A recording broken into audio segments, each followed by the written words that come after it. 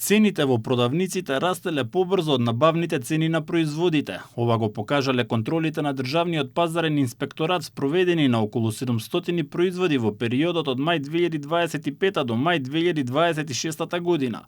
Министерот Дурмиши по состанокот на Економскиот социјален совет објасни дека за дел од прехранбрените производи и производите за лична хигиена, цените се зголемиле за 2,66%, додека просечните продажни цени пораснале за 4,56%.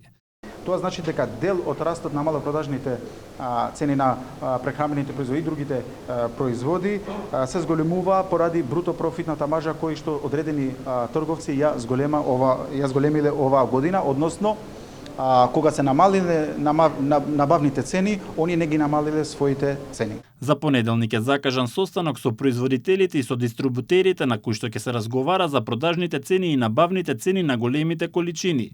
Дурмиши посочи дека најновите податоци од Државниот завод за статистика се дека и овој месец инфлацијата е намалена за 0,5%.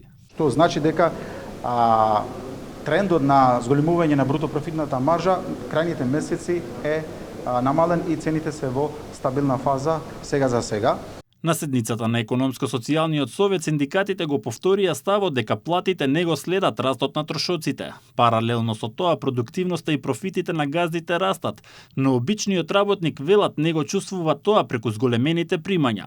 А за среќа и на владата, со многу статистики се покажа дека македонскиот работник е продуктивен и дека прави добри профити на страната на работодавачите и на државата, но тоа никако не го гледа македонскиот работник по својот джеб, туку цело време убедуван дека е недоволно продуктивен или дека се луксузира со платата која што ја зима. Економско-социјалниот совет денеска ја усвои годишната програма за работа за 2026 година, а беше дадена поддршка и на реформите во високото образование, кои треба да обезбедат поквалитетен кадар и поголема усогласеност на образованието со потребите на пазарот на трудот.